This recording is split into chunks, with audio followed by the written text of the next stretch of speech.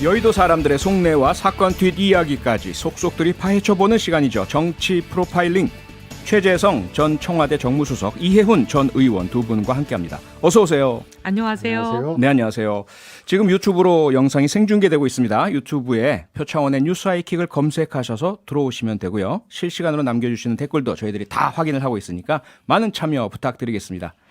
이번 주 정치권 한마디로 요약을 하자면 여야 녹취록 대전 뭐 이렇게 이야기할 수 있을 것 같은데요. 최근 이재명 후보의 욕설 음성 파일도 공개가 됐습니다. 어떻습니까? 이혜원 의원님, 이 두 후보 관련된 녹취록 파장 어느 정도까지 갈 거라고 보십니까? 당분간은 좀 갈 것 같아요. 예. 특히 이제 여건이 보면 그 저희 후보의 배우자에 대한 녹취를 계속 이제 단계적으로 공개하는 걸로 아하. 거의 뭐 계획이 있지 않나 싶을 만큼 벌써 MBC가 또 죄송합니다. 특정 괜찮습니다. 방송사가 예, 예. 또 얘기하고 사실은. 있잖아요. 예. 예, 그래서 네. 이게 이제 뭐 그만두고 싶어도 그만두기는 어렵고 우리 입장에서는 계속 네. 끌려갈 가능성이 있습니다. 예. 그리고 이제 분노한 국민들이 또 거기에 대한 맞불로 이재명 후보 거를 지금 계속 얘기하고 있잖아요. 네. 근데 이게 저는 보기에 이게 공개가 된들 방송에서 이게 다루는 게 과연 균형을 갖출 수 있을까? 그건 어려울 거라고 봐요. 예. 그냥 특정 방송사를 의심한다기보다 네. 방송에 못 쓰는 단어들이 거의 대부분이기 때문에 내용의 성격상. 네, 네. 방송의 전체를 그러니까 아픈 부분을 다뤄야지 이제 우리와 균형이 맞는 건데 우리 경우에는 가장 아픈 부분을 다룬 거 아니에요? 네. 근데 이제 그러면 이재명 후보의 그 소위 쌍욕 그 녹음 파일에 대해서도 이재명 후보의 가장 아픈 부분을 다뤄야 되는데 그런 거는 전부 집 금기 시대 금기 방송 어로 돼 불가죠. 있거든요. 방송 불가죠. 예. 근데 뭐 이게 저는 그런 게 네. 그냥 많은 경우에 저도 그냥 욕설을 좀 했나 보다. 저폭 영화 같은 거 보면 좀 욕설이 나오잖아요. 그냥 그 정도 수준인 줄 알았는데 저 듣고 기절할 뻔했어요. 이게 뭐 보통 욕 좀 하는 사람들도 자기도 들어본 적도 없고 자기도 도저히 입에 그대로 인용을 못 하겠다는 정도의 수준이니까 그걸 어떻게 방송에서 하겠어요. 네. 최재성 어렵죠. 수석께서는 어떻게 보십니까? 우선요, 첫 번째로 김건희 씨의 그 방송된 녹음 관련된 내용은 사적 대화가 아니거든요. 자꾸 국민의힘에서는 사적인 대화를 공개했다 했는데 그건 매체에 종사하고 있는 사람이란 말이에요. 그래서 사적 대화로 볼 수 없다. 네. 두 번째로는 김건희 씨도 그 매체의 기자에게 뭐 오더를 하고 말이에요. 홍준표 후보에게 예. 날카로운 질문을 해달라. 그리고 당신 오게 되면은 1억까지 줄 수도 있다. 정보 물어오는 걸 해라. 이런 얘기를 해서요. 네. 이거는 그냥 가족 간의 대화나 사적 대화로 보기 어렵고 서로의 필요에 의해서 주고받은 얘기고 상대방이 매체에 있는 사람이라는 거죠. 기자예요? 그다음에 두 번째로는요. 조금 다른 게 정치적 견해나 정책에 관한 사안, 현안에 관한 사안, 또 인권에 관한 사안 등등등이 김건희 씨 녹음에는 다 있습니다. 네. 그래서 이걸 그냥 술자리에서 예를 들어서 사적 대화 하듯이 그 과정에서 뭐 안 좋은 소리 한 거하고는 다르기 때문에 방송을 할 만한 가치가 있다고 해서 네. 이 MBC에서 이제 한 거고요. 예. 또 하나 다른 점은 가처분 신청을 했는데 법원에서 기각이 됐잖아요. 그래서 이거는 일부 인용이죠. 예. 예.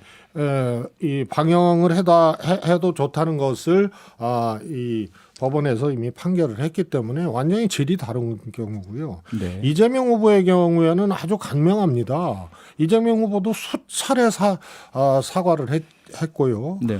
비극적인 가족사의 내용이거든요. 그래서 그럼에도 불구하고 본인이 잘못했다고 이제 사과를 한 건데요. 예. 그거를 법원의 선관위 결정 내용을 보면요.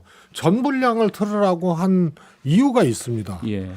왜냐하면 그것은 악의적인 편집이나 이렇게 해서 후보자를 낙선시킬 목적이라 비방할 목적으로 사용될 여지가 크다고 했고 그동안 나돌았던 그 녹음도 사실은 앞뒤 잘린 거거든요. 그래서 예. 이재명 후보가 욕한 것 자체는 사과를 여러 차례 했습니다만 네. 그 과정을 전체적으로 보면 형이 어머니한테 했던 것에 대해서 분개해서 어째 그럴 수가 있냐 하고 네. 그것을 옮겨 담는 과정이거든요. 예. 그래서 결론적으로는 사과를 했고 잘못했다고 했지만 네. 그 과정은 완전히 다르고 이것은 완전히 가족의 사적 대화이기 때문에 이것을 일부러 이 방송을 한다거나 이런 것들은 분명히 이거는 달리 생각을 해야 될 부분입니다. 좀 예, 얘기 좀 예. 해도 될까요? 예. 네.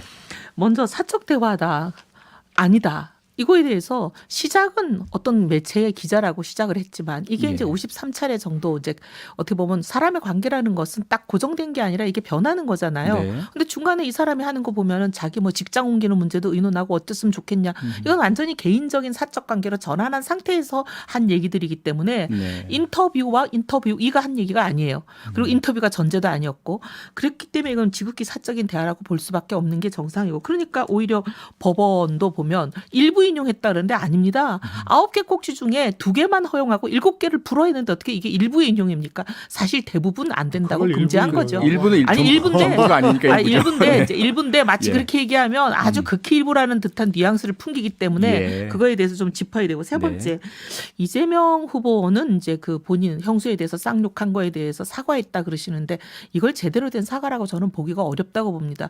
사과를 하면서도 오늘도 계속 무슨 얘기를 하면 형수 어떻게 보면은 형수와 형이 이 사건에 있어서는 피해자인데 그 피해자에 대해서 뭐라 그러냐면 정상 상태가 아니다. 이건 미친 사람이란 뜻으로밖에 안 들립니다. 근데 미친 사람이라는 식으로 매도를 하는 것 자체가 어떻게 보면 이게 어떻게 제대로 된 사과겠습니까? 그리고 사과의 포인트도 보면 형과 형수에 대해서는 한마디 말이었고 형과 형수를 오히려 매도하면서 그 부모에 대해서 아주 뭐 폐륜이라고 매도를 하면서 뭐라 그러냐면 국민들에게 공인으로서 무리를 일으킨 점을 사과한다.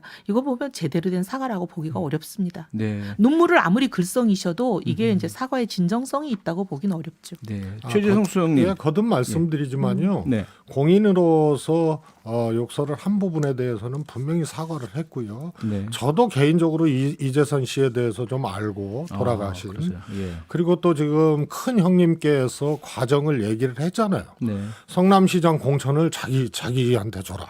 이재선 씨가. 네. 그리고 어머니한테 이제 형수 욕설과 관련된 돌아가신 이재선 씨가 어머니한테 그렇게 해서는 안 된다.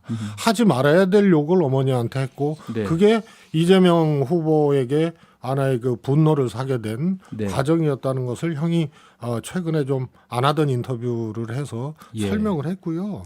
그래서 이재선 씨는 실질적으로 뭐 지금 이혜원 의원께서 뭐 이재명 후보가 미쳤다는 표현을 할 리는 없고요. 아니 그런 근데 뜻으로 들릴 수밖에 없는 얘기를 하셨다는 아니 거죠. 그러니까요. 그렇게 이제 추론을 자꾸 이렇게 안 한 얘기를 하는데요. 아니요 정상 상태가 아니라는 얘기는 했어요. 실질적으로 이재선 씨는 그런 이제 이 진단을 받고 또 치료 과정에도 또 있었다는 것은 뭐 이미 알려진 사실이고요. 그래서 이걸 자꾸 이재명 후보가 제가 잘못했습니다 하는 포인트는 형님의 그런 과정, 인사에 개입하고 이권에 개입하고 이런 과정에 대해서까지 포용할 수는 없는 거거든요. 네. 그래서 그 점을 좀 구분해 줬으면 좋겠고요. 네. 한 말씀 더 드리면 김건희 씨의 경우에는 통화 자체가요. 선거에 대한 얘기를 주고받아요. 그래서 그냥 이 관계가 변해서 누님 동생 하는 이 차원의 그런 네. 이제 사적인 얘기가 아니고 구체적으로 언론인들 명단을 달라 뭐 이런 이제 선거에 관련된 얘기들을 하게 되는 과정이기 때문에요. 그건 사적 대화로 보기는 어렵습니다. 주제가 어떻다고 해서 사적 대화이냐 아니냐 판단의 기준이 될 수는 없는 거고 당시 그 대화를 할 때 두 사람의 관계가 어땠느냐는 거거든요. 누님 동생 하면서 아주 긴밀한 내밀한 자기의 고민을 털어놓고 의논하는 관계였기 때문에 이건 사적 대화로 보는 게 맞고 지금 계속 이제 이재선 그 이재명 후보의 형에 대해서 말씀하시는데 돌아가신 형이 분이죠? 네. 얘기하시는 부분 중에는 지금 대장동 관련해서 지속적으로 문제를 제기하면서 그렇게 일 처리하면 이렇게 된다라고 예언한 그대로 지금 대장정에 흘러왔잖아요. 어떻게 그분이 하면 모두 한 얘기가 뭐 부당하고 부조리한 얘기를 한 게 아니라 어쨌든 상당히 타당한 얘기를 하신 부분도 많고 그다음에 이제 설사 예를 들면 다 인정을 해서 이재명 후보가 주장하는 대로 형이 문제가 있었다 치더라도 그 문제가 있는 형한테는 이렇게 도대체 상상도 안 되는 입에 심지어 조폭들도 입에 올리기 어렵다는 그런 욕을 하는 게 인격 살인적 이거는 인격 살인과 언어 폭력이죠. 욕이라기보다는 네. 그게 과연 타당한 얘기냐 하는 건 다른 문제라고 봅니다. 네, 최재성 수석님, 조금 전에 이제 이혜원 의원님도 말씀 주셨고 국민의힘에서는 대선 후보 검증 과정이라면 김건희 씨 녹취 파일만이 아니라 지금 이재명 후보 욕설 관련 파일도 MBC에서 방송을 해야 한다 이렇게 이제 요구와 주장을 하십니다. 어떻게 생각하십니까? 이제 공익적 목적이나 소위 이제 알 권리라는 것은요. 네, 사적인 부분에 대해서까지 미치지는 않고 있습니다. 그래서 대통령 후보고 네, 공직선거 후보기 때문에 선출직 공직자 후보기 때문에 네, 그 영역을 어디까지 할 것인가에 대한 판단이거든요. 네. 그래서 부부간에 대하나 뭐 이런 것이 이 틀어지고 방송되고 이러는 것은 사실은 그거는 공익적 목적하고는 무관한 거거든요. 그래서 네. 이 영역을 그렇게 본 겁니다. 예. 그리고 선관위 결정에서 전부를 틀으라고 한 거는 최소한 네, 현행 선거법하고 배치되는 부분들을 좀 상충하는 부분들을 가름말을 타기 위한 결정 같은데요. 네. 후보자를 비방하거나 낙선시킬 목적으로 특정 부분을 떼거나 편집해서 하지 말아라. 유세차 같은 데서 하지 말아라. 네. 결국은 또 방송도 마찬가지거든요. 그래서 이것은 사적 대화를 기준으로 어느 정도까지 공익적 목적에 허용이 될 것인가의 부분들을 네. 제한적으로 그렇게 한 겁니다. 그래서 예. 김건희 씨의 내용 자체가 이 김건희 씨의 그 녹음을 들어보면요. 내용 자체에서 개인적 사적 대화가 뭐 있어요. 전부 선거에 대한 얘기거나 선거와 관련돼서 그 기자가 할 일이거나 네. 또 그만두고 왔을 때 1억까지 줄 수 있다는 얘기는 이게 정치 선거에 다 관련된 얘기거든요. 네. 아마도 법원에서 부분적인 이제 인용을 허락한 것은 네. 그것은 아마 7개 부분에 대해서 방영하지 말라고 한 것은 아마 사적 대화에 해당하거나 사생활에 해당하는 부분들이기 때문에 그렇게 그렇죠. 한 수사나 걸로 재판 여겨집니다. 관련된 것 그렇습니다. 그리고 본인에게 비판적인 사람들에 대한 심한 이야기 네. 이렇게 돼 있죠. 이혼 의원님, 이제 MBC에서 녹취 파일 2차 방송 예정 예가 나오고요. 그러니까 국민의힘에서는 방송 금지 가처분 신청을 또 하셨죠. 네. 어떻게 될 것이라고 생각되십니까? 그건 뭐 법원이 정상적으로 판단한다면 지난번과 같이 동일한 잣대로 동일하게 판단을 해야겠죠. 동일하게. 근데 이제 네. 법원이 어떨지는 그건 제가 잘 모르겠지만 네. 저 얘기를 좀 짚고 나가면 계속 하는 얘기가 사적 영역은 건드리지 말아야 된다. 그러면서 선거에 관련된 주제는 아무리 그 관계가 개인적인 사적 친분에 의한 얘기고 신뢰하는 사람에게 의논하는 일이라 하더라도 이거는 뭐 검증의 대상이고 그 거의 뭐 폐륜에 해당하는 그런 언어 폭력과 하는 부분에 대해서는 후보자임에도 지금 후보자 배우자에 대해서도 무지하게 그 강도 높은 칼끝을 들이대면서 후보자 본인에 대해서는 이거는 다 면제해야 된다는 식으로 나오는 걸 어느 국민이 납득하겠습니까? 네. 예를 들면 후보의 경우에는요. 네. 사적인 영역도 서구 같으면 이게 다 검증이 대상이 됩니다. 루인스키와 클린턴의 그 문제가 지극히 지금 얘기하는 어떤 주제보다도 지극히 사적인데 내밀한 얘기인데 그게 왜 미국에서는 의회에서 탄핵 가결이 되겠습니까? 그게 그만큼 공직을 수행할 후보자, 어떻게 네. 대통령이 될 사람 예. 본인에게는 굉장히 그 영역의 검증에 있어서 성역은 없습니다. 네. 왜냐하면 그 사람의 그런 사적인 문제까지도 예. 공적인 영역으로 이게 본질상 동일한 사람 한 사람이 하는 것이기 때문에 사적 영역에서 부정과 부패가 있거나 문제가 있는 사람은 공적 영역에 그게 옮겨오는 게 거의 뭐 자동적으로 옮겨올 가능성이 많기 때문에 검증을 하는 거거든요. 네. 그래서 뭐 이재명 후보의 것은 사적 영역이라 검증하면 안 된다. 이건 정말 속아 웃을 소리입니다. 네. 아마 일반 국민들이 보시기에는요. 예. 비슷한 사안 같이 여겨질 수도 있습니다. 그러나 저는 경계해야 될 것이 있는데요. 지금 이제 클린턴 전 미국 대통령하고 루빈스키 이 사건을 얘기를 하셨는데 그거는 공무 중에 있는 대통령이 그 집무실에서 인턴 사원이죠. 인턴 사원하고 벌렸던 일이기 때문에 그것은 당연히 문제 제기를 할 수 있고 뭐 또 탄핵의 대상이 될 수 있다고 봅니다. 그런데 이재명 후보의 경우는 비극적인 가족사 속에서 그야말로 그냥 형수하고 전화 통화한 거거든요. 네. 그리고 그것은 이재명 후보가 만들어낸 욕설이 아니고 형님이 어머니한테 입에 담을 수 없는, 그러니까 패륜적 욕설은 형님이 한 거고요. 그 형님이 한 욕설을 소위 말해서 이제 옮기는 과정이거든요. 네. 이 점을 꼭 말씀드리고 싶고요. 또 하나는 이재선 씨에 대해서, 망인에 대해서, 돌아가신 분에 대해서 우리가 자꾸 이렇게 소환을 하고 그러는데요. 그분이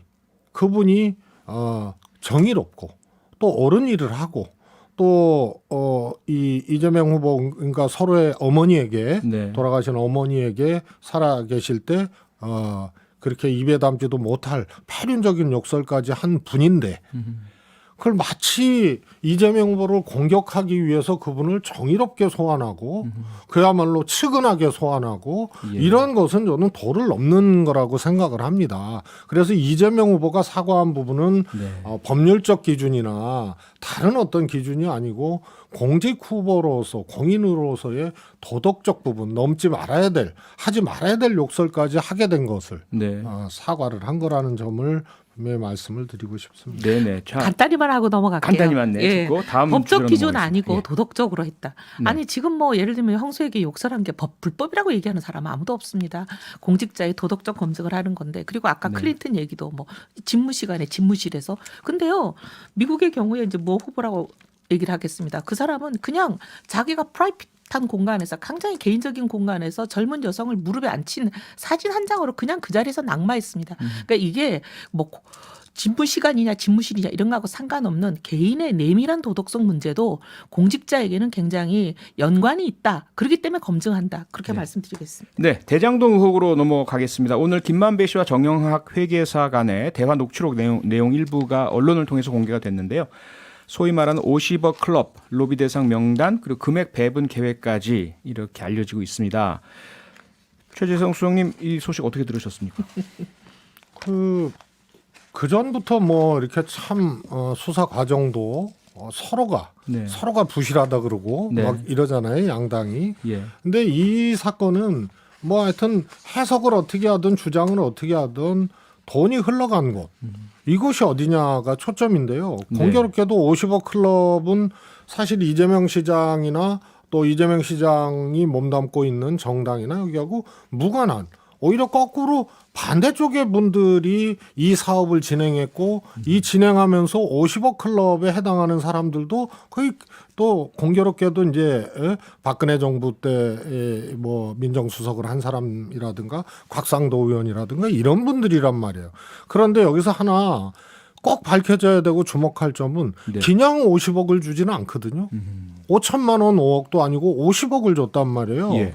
이게 무엇냐가 50억의 이면에 깔려 있는 핵심적인 내용이라고 봅니다. 대가성이요. 그렇습니다. 예. 그래서 곽상도 의원의 경우에는 하나은행 컨소시엄이 네. 좌절될 뻔한 것을 다시 되살려주는 그런 일을 한 대가다, 이런 이제 주장도 나오고 네. 말도 나오지 않습니까? 예. 그런데 대명천지에 이 김만배 씨나 이런 분들이 바보가 아니고서야 무언가에 대한 대가가 아니면 어떻게 50억을 줍니까? 예. 그래서 이게 밝혀져야 될 아주 중요한 포인트라고 생각을 합니다. 네. 이현 의원님. 이게 이제 짚어야 될 게요. 국힘 인사들이 뭐 대부분이다.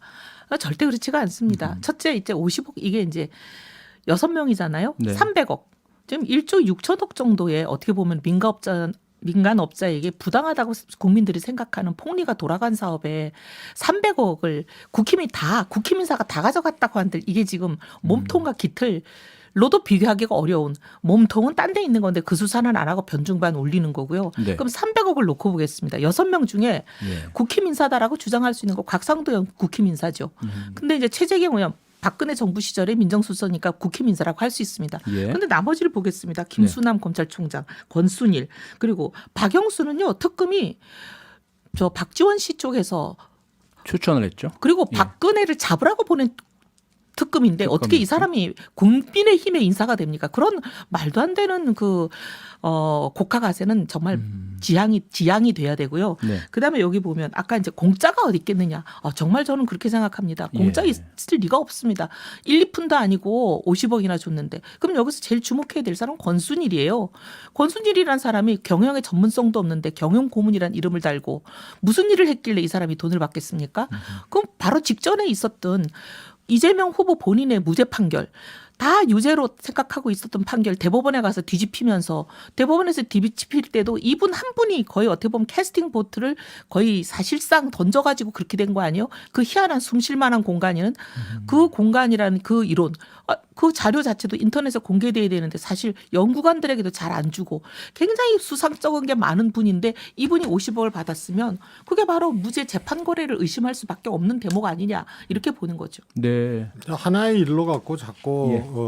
일반화를 시키려고 하거나 일반화는 청소년들을 1조 6천억이 하는데요. 일반화지 300억이 일반 50억이 일반화가 아니죠. 그러니까 추측하고요. 네. 네. 사실 무언가 역할을 했을 것이다라는 이제 정황 근거 있잖아요. 네. 이거는 완전히 다른 거거든요. 저도 권순일 대법관이 왜 50억을 받았는지 50억 받지는 않았죠. 그 50억 밖에 비어 클럽에 있었는지. 이야기가 클럽에 나왔죠. 왜 돼 있는지는 네. 모르겠습니다만 현재까지 그 정황 근거들이 나온 사람은 곽상도 의원이거든요. 네. 그리고 뭐 박영수 특검 얘기까지 가려면 진짜 그런 식의 추론이라면은 윤석열 후보하고 박영수 특검의 관계는 이미 잘 알려지지 않았습니까? 또 수사를 또 같이 했었고요. 네. 그래서 한간에는 이제 모 기업 총수가 이 구속돼 있는 상황에서 또 그 사건에 대해서 일정 정도 그 부분에 대해만 사실은 검찰에서 면죄부를 줬거든요. 그래서 그 SK가 또 공교롭게도 이 대장동 사업에 또 화천대유에 투자를 하지 않습니까? 그래서 이런 연관고리를 의심할 만한데 네. 이것을 확정적으로 얘기하고 이것을 일반화시키는 것은 저희는 그거는 옳지 않다고 보고 의심점입니다. 네. 근데 권순일 대법관의 경우에는 완전히 그냥 그건 소설로 그렇게 추론을 하는 거 아니면은 아무런 정황 근거는 현재까지는 없고요. 네. 그냥 상상입니다. 그리고 각상도 의원 같은 경우는 녹취록에서 오늘 이제 밝혀졌지만요. 아들을 통해서 50억을 달라고 얘기를 해서 정영학 씨나 김만배 씨가 서로 골치 아프다고 하고 네. 이런 내용들이 다 밝혀졌지 않습니까? 예. 그래서 상상 속에서 의심하고 추론하는 거하고 네. 정황 근거가 나오고 구체성이 나온 거하고는 완전히 다른 거죠. 네. 이윤 의원님 지금 말씀 나왔지만 그렇게 언급된 6분 중에서 실제로 돈이 간 것이 확인된 것이 곽상도 의원인데요. 의원밖에 없죠. 그쵸. 그러니까 곽상도 의원을 예. 제가 뭐 방어할 생각이 전혀 없고 두둔할 생각도 없습니다. 네. 이 경우에는 여러 가지가 수상쩍은 게 맞아요. 예. 근데 이제 지금 막 계속 민주당 인사들이 얘기하는 거 보면 50억 클럽에 들어있는 사람들이 국힘 인사들이 전부 다 대부분이다. 이런 국힘이다. 식으로 얘기하는 게 잘못됐다는 얘기예요. 네. 박영수 특검을 예를 들면 계속 국힘 인사라고 민주당은 주장하는데 네. 박근혜 대통령을 잡으라고 박지원 그때 당시 원내대표께서 어떻게 보면 추천한 사람인데 어떻게 이게 네. 국힘 인사냐? 제가 그 말을 한 거죠. 알겠습니다. 우리 정치 원내대표- 프로파일링 오늘은 여기서 마무리해야 시간 관계상 네 죄송합니다. 지금까지 최재성 전 정무수석 이혜훈 전 의원과 함께했습니다. 두 분 고맙습니다. 감사합니다. 감사합니다. 평일 저녁 6시 5분에 여러분을 찾아갑니다. MBC 라디오 표창원의 뉴스 하이킥.